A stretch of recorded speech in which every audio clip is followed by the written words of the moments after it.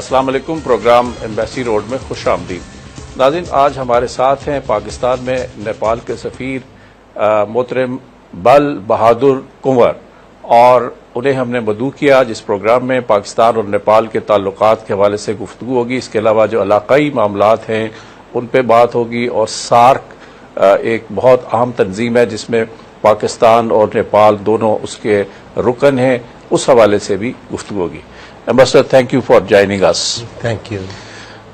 Pakistan and Nepal are two important members of SAARC. How do you look at the relations between Pakistan and Nepal at the moment? Well, let me go back to the history of our diplomatic relations, Mr. Siddiq. Our country,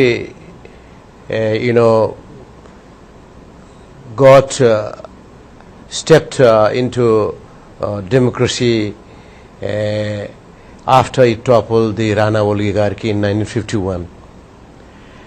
And 9 years passed by, nothing happened in terms of really establishing diplomatic relations between Nepal and Pakistan. It was the leader, the founding president of the Nepali Congress Party by the name of Bisheshwar Prasad Koirala, who passed away 30 years ago. He is the one who took keen interest in establishing diplomatic relations with Pakistan, and finally we succeeded in establishing diplomatic relations with Pakistan in 1960, when this great leader of our country was the incumbent Prime Minister. Since then, our relations have developed steadily. 1964 is an important year for us because that is when Pakistan was kind enough to offer us, scholarships in the field of technical education. I have really fond memories of those days when my own friends came to Pakistan for studies, to undergo training in piloting, to undergo training in air traffic controlling, all those areas, etc. So this is how our diplomatic bilateral relation started off. Went off, one step ahead.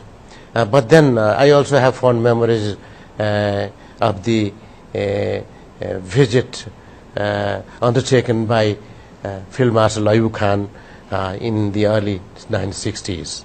That also gave a boost to our relations. And then moving forward, in 1982 we established our trade relation with Pakistan. And in 1983 we established a joint economic commission between the two countries, and then we signed an agreement on this tourism cooperation in 2009. I was the signatory on behalf of Nepal to sign that agreement. So this is how our friendship and relations have grown, and they are growing. Ambassador, what you talked about the trade relations and the agreements that have been signed. What is happening on the trade front? What are the prospects to increase and enhance the trade between the two countries? There are unlimited prospects for bilateral trade and investment. I have been effortful since I assumed my duties here 3.5 years ago, that I have been carrying out visits to different cities, industrial cities of Pakistan, and I have been interacting with the business communities of Pakistan. I have even visited several of your manufacturing plants. So I have been surprised, really amazed to see the kind of artisanship you have, the expertise you have, the skills you have. The products I noticed, I discovered that you make not under your brand name. You make them, most of those very items that go to international markets, under the international brand names. Yes. And I tell whenever I am interacting and with the business communities, I say, despite having so much of expertise and artisanship in you, you put in so much of efforts in manufacturing the products, but whatever benefits, economic benefits you get out of it is really limited, and the international companies, they are benefiting from that most out of it. So there has to be a gradual change in this also, because you have to be paid, your laborers, your artisans have to be paid, and you have to be able to make due profits out of it. This is what I keep saying. So there has been a guy by the name of Khurshid Barlas, who has been in collusion with your embassy in Nepal and in collusion with us. He has been doing exhibitions in Nepal, exhibition of Pakistani products, and these Pakistani exhibitions that are being held at regular intervals have been drawing large crowds. So these products that you make are so popular with our consumers. Okay. Is there a liking for Pakistani textile products and other products in Nepal? Very much so. I would say if there would be products, Pakistani products flowing to our Nepalese markets, if we could encourage some Nepalese traders, to import your products to Nepal, definitely there will be there will be no other matches for your products. But currently you will not have to face any stiff competition from anybody else. You only have to want to create this market for you, to introduce, go on introducing your products far and wide, throughout the country. So, but currently you are importing your textile items, etc., from India and China and other countries. This is a very, what I was going to say is because there has to be a smooth kind of transit facility in order for this Pakistan and Nepal, to boost their trade together. For this, I think, I strongly believe, and I have been telling this on any forum that I have gotten the opportunity to speak, that if Wagah opens up to us as a transit point to, import your products from Pakistan, and vice versa, similarly, our products, whatever we have, to Pakistan. Via India. By India, through Wagah border, right. Through Wagah border, without any hindered kind of transit facility. The other area that you spoke about is tourism. Pakistan also has risk in northern area, particularly in Pakistan, and Nepal is very well known for its highest peaks of the world. Yeah. What are the prospects of cooperation in the field of tourism? Yes, there are really unlimited prospects in that field. Also, I had undertaken a visit of Gilgit last year. This visit was organized by the Lahore Chamber of Commerce. There were 23, 24 first ambassadors who were there, and then there also I said, well, since we have eight highest mountains in the world, and you have 5 of them, that if your tour operators and our tour operators work together to combine these mountain tourism in one package, you can really attract these mountaineers coming from Europe and beyond, wherever, whoever come here on their first leg can be sent to Nepal to, go on mountaineering expeditions in Nepal and vice versa.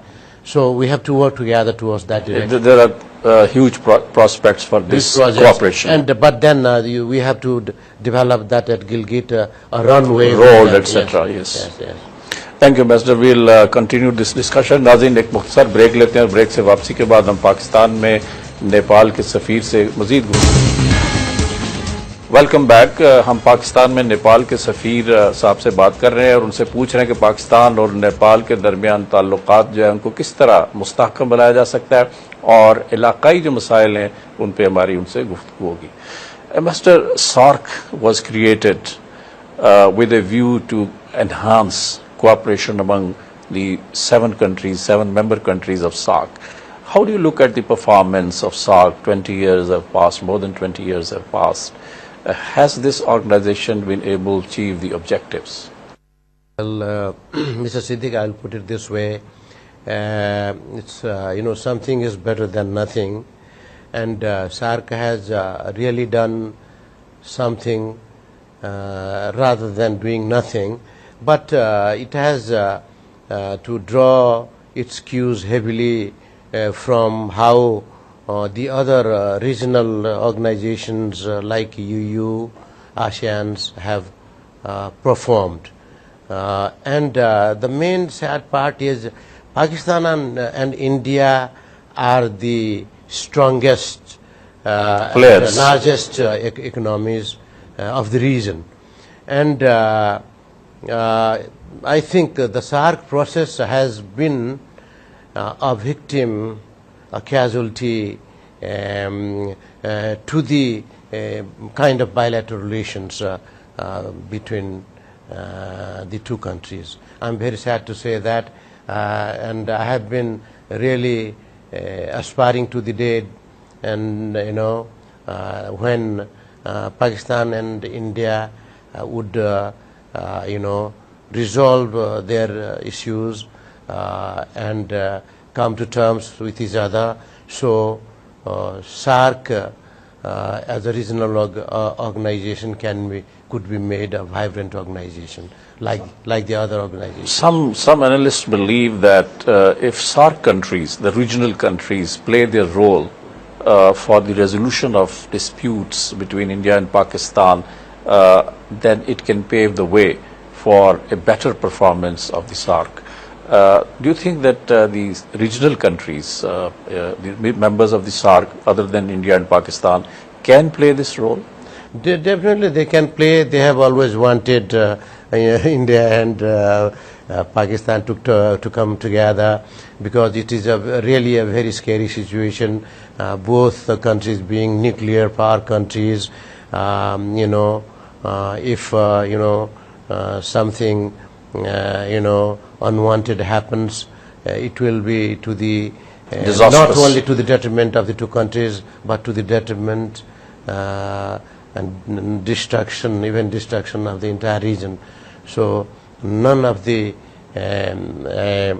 SAARC member states would ever want to play off one country against the other, or to play off Pakistan against India, or to play off India against Pakistan. But despite this big dispute between India and Pakistan, of course it has its shadow over the performance of SAARC. But there are some areas where the regional countries, the SAARC members, can get together and solve these problems, like the problem of narcotics, the problem of curbing terrorism. Yeah. And there are other areas, education, science and technology, agriculture. These are the fields where there are no disputes, and the common problems in these areas can be resolved through collective efforts. But there doesn't seem to be a very encouraging movement on this front. You are right, Mr. Siddiq. SAARC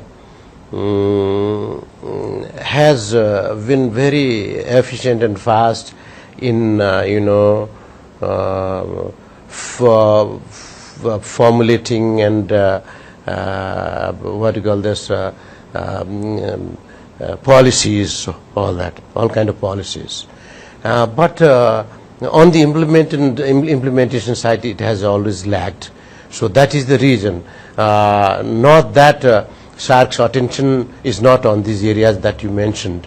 Its attention is there, but since there is a lack of political will and committed, collective resolve, which is very important, to resolving all these issues, and that has not happened. And whatever decisions, policy decisions have been made at the summit level or ministerial levels, when it comes to the implementation side, there is, it is very weak. It hasn't happened. So we should work towards implementing whatever policies we have passed. Whatever issues. Ambassador, if you allow me to talk about the internal situation of Nepal, you have passed through turmoils, political turmoils for quite some time, and democracy has returned to Nepal. Do you think the situation is stable there, or there are still elements of instability there? Well, we are still, Mr. Siddiq, going through a transition actually. Transition actually has been very long for us. When this democracy was restored to our country in 1990, then we were really making progress in every direction. Even though we had not been able to meet the aspirations of people which had really gone sky high with those changes that had taken place, but we were really making progress in every direction.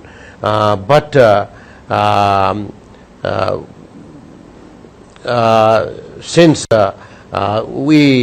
our state was compelled to deal with the insurgency that started, that was a very sad situation. So our leader, Girija Prasad Koirala, who happens to be the youngest brother of this great leader, B.P. Koirala, I mentioned to you about, he decided to bring the rebel groups called Maoist to the mainstream politics. So he didn't even bother, to have them fulfill certain terms and conditions before granting them general amnesty, all that. He was so liberal aspect, and he brought them to the negotiating table and convinced them to participate in the electoral process, and they are now in the government. In fact, the Prime Minister is a Maoist. In fact, it is, yes, the incumbent Prime Minister, who was elected Prime Minister a week ago, is from the Maoist party. So,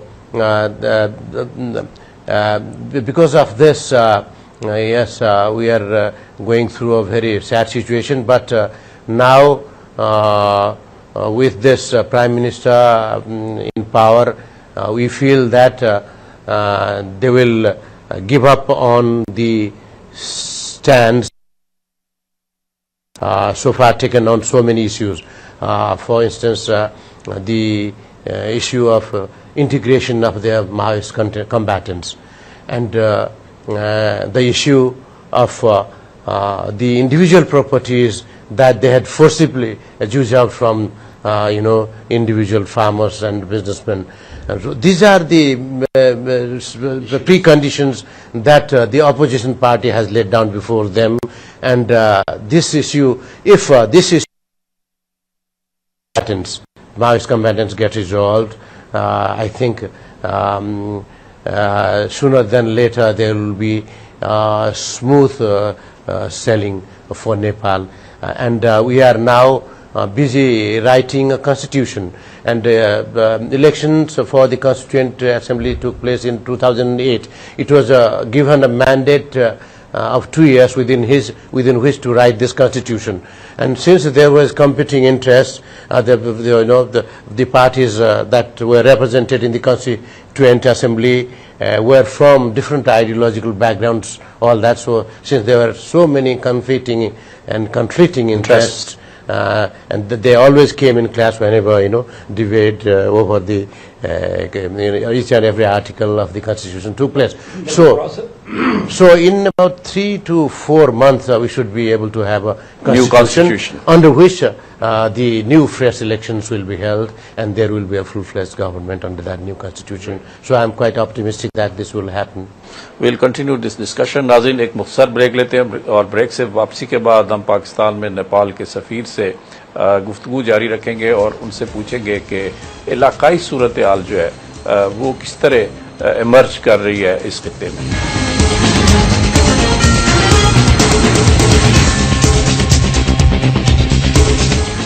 welcome back. नाज़रीन, हमारे साथ हैं पाकिस्तान में नेपाल के सफ़ीर बल बहादुर कुंवर और हम उनसे गुफ्तगू कर रहे हैं इलाकाई सूरत हाल के हवाले से. Nepal has two very important neighbors, India and China, two big powers, two emerging powers of not only of South Asia but at the global stage. How does Nepal balance it out, the influence of these two big powers? Well, Mr. Siddiq, we have in the employment, in the practice of our diplomatic relations in foreign policy, we have always followed the principle of this equidistance. We always try to maintain equidistance with our neighbors. And as for China, what I would like to say about China is, China, despite being such a huge power to our north, it has never interfered or tried to exert its influence in the internal affairs of Nepal, for which we like China very much. And China had, since 1956, since signing an agreement with them in 1956, has been very kind and generous to provide us with technical assistance and financial assistance, under which it has built so many roads for us. It has built so many industries, industrial setups for us, and it is also helping us in the development of manpower. So many hundreds of students go to China to study in China, and we are also thankful, reverting to Pakistan, thankful to Pakistan that Pakistan also has been quite generous in offering us scholarships in various fields. It provides us with a quota of 15 scholarships every year, but it doesn't confine us to that number only. And it also provides us with additional seats in educational institutions, additional seats also. And so many students have gotten the opportunity, and they are still here in Pakistan who are studying computer engineering and other areas of studies on a self-finance basis also. Sometime in the international media we read stories that China has complained that India and America both are using Nepal to destabilize China. Sometimes I read these stories. Is there any truth in that?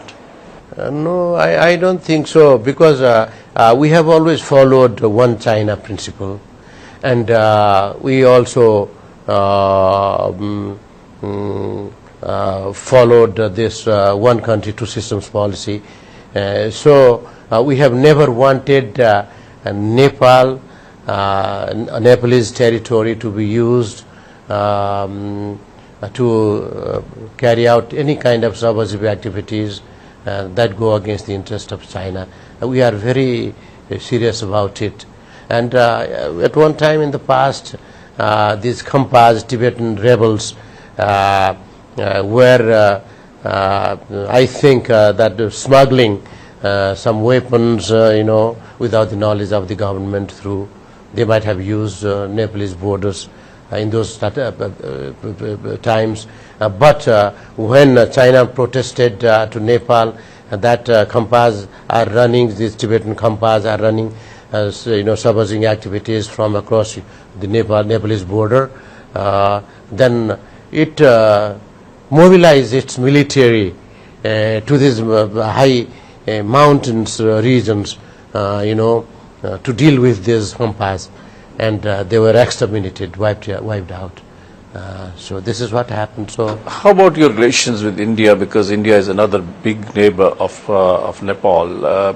You think that these relations are balanced, comfortable, or you have some other feeling? Well, geographically, we are surrounded by India on three sides. On three sides, we have common borders with India, and these terrains are flat lands.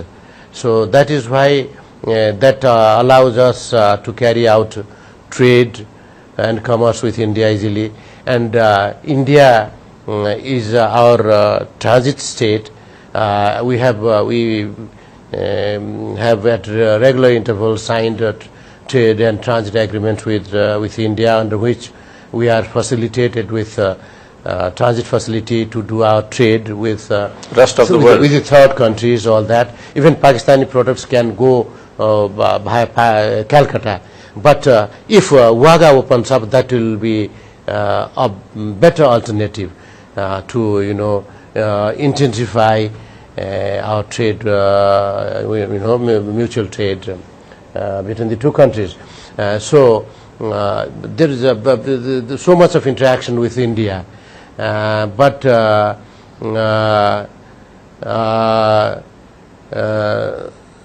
Pakistan should not be under the impression that Nepal is not fully an independent country. Nepal is 100% an independent country. It's a free country, and definitely because of the proximity of our borders, this long border with India, and this culture, all that, we have so much of interaction. And our trade, volume of trade, 60 to 70% of our exports, export and import business is with India. But our government policy is to try to diversify our trade as much as possible, because if you are heavily dependent for your trade and commerce on one country, that really doesn't serve your interest to the fullest extent. The impression, so we are very aware of it, and we are effortful towards that direction. Because the impression here in Pakistan and elsewhere is that because of its geographical proximity with Nepal and its influence on Nepal, India is basically exploiting the geographical advantage, which is that you have mentioned that your borders are you are sharing your borders with India and on three sides. So the impression is that you cannot be out of the influence of India. So this is the misperception that the business community and entrepreneurs of this country are also carrying on their minds. That is why no matter how much effortful I have been, to encourage them, to bring them to Nepal, to establish their industries, all that. Industries, and to do business with Nepal, they seem little reluctant and hesitant because of this factor to come to Nepal, because they have this misperception that they are carrying. But what I believe is, it is not India that dictates the terms as to who should do what business. Market dynamics that plays its role. Otherwise, now how could China do business with Nepal? China, volume of trade with China is increasing by the day. Now from 2% it has risen to 12%. We import 12% of the items from China. From China now, and this percentage is growing by the day. So this is a misperception that Pakistani businessmen are carrying, which has been a stumbling block to carry our trade relation and further.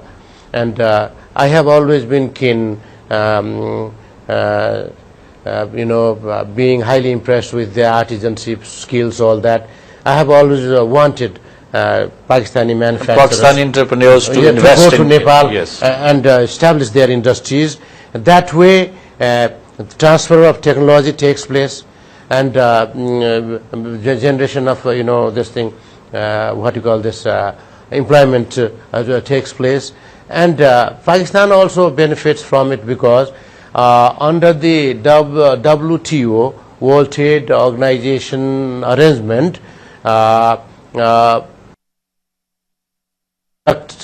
is produced and manufactured in Nepal. It gets unhindered access to international markets on a duty-free and quota-free basis. That way, the product that you make in Nepal, you manufacture in Nepal, would have a comparative advantage over the other products on the international markets. Investor will continue this discussion. नाज़रीन एक मुख्तसर break लेते हैं और break से वापसी के बाद हम नेपाल के सफीर मोहतरम से अपनी गुफ्तगू जो है वो जारी रखेंगे.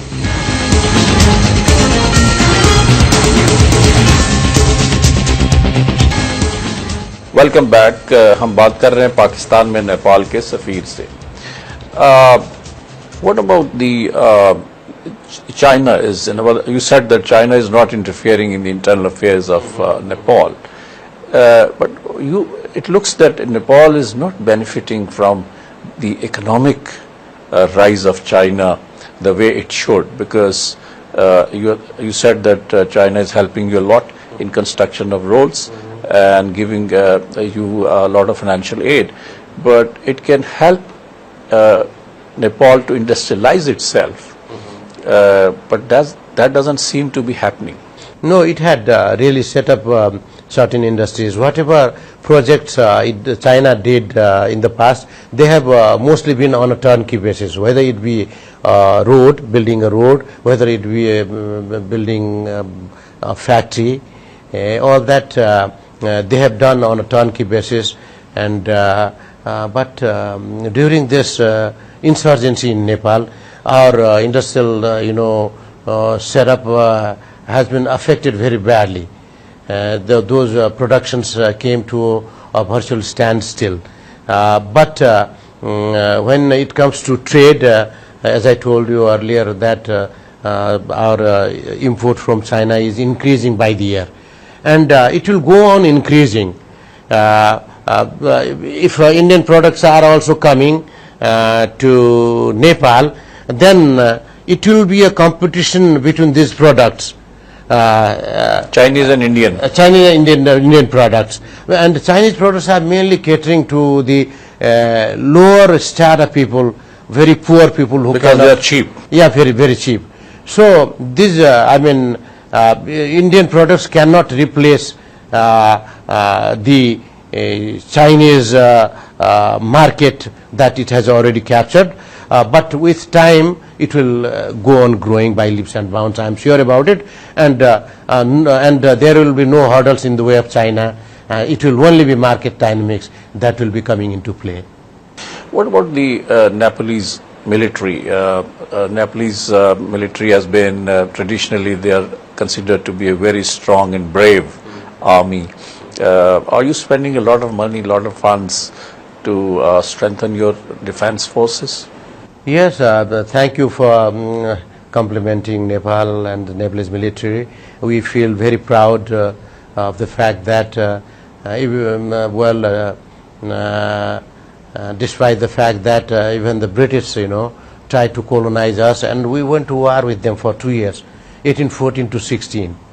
and they could not conquer us. They had to, because the terrain also supported us naturally. Very, very And they were really gallant people, and they were really brave people. This was recognized the most by the British themselves, because they have fought far and wide on all frontiers, and they were not impressed with any people other than Nepalese. And that was the reason that when they signed a peace treaty with Nepal in 1816, under one article of that very treaty, they started recruiting the Nepalese Gurkhas into their army. And even today we have the, in Queens, Yes. guards are, I think, they have Nepalese. gone on, but they have heavily gone on redundancy. They have gone on reducing, on the number of this now. But yes, they are still there serving in the British Army. So we feel proud of it. But when we brought the Maoist insurgents to the negotiating table, under the agreement we signed with them, the military is not supposed to buy any weaponry, no ammunitions under that agreement. So we are not buying any weapons. We are not, buying any ammunitions under that agreement that we have signed with the Maoists. Because if we break that agreement, that will mean that this agreement with the Maoists has fallen apart, and the peace process has stopped.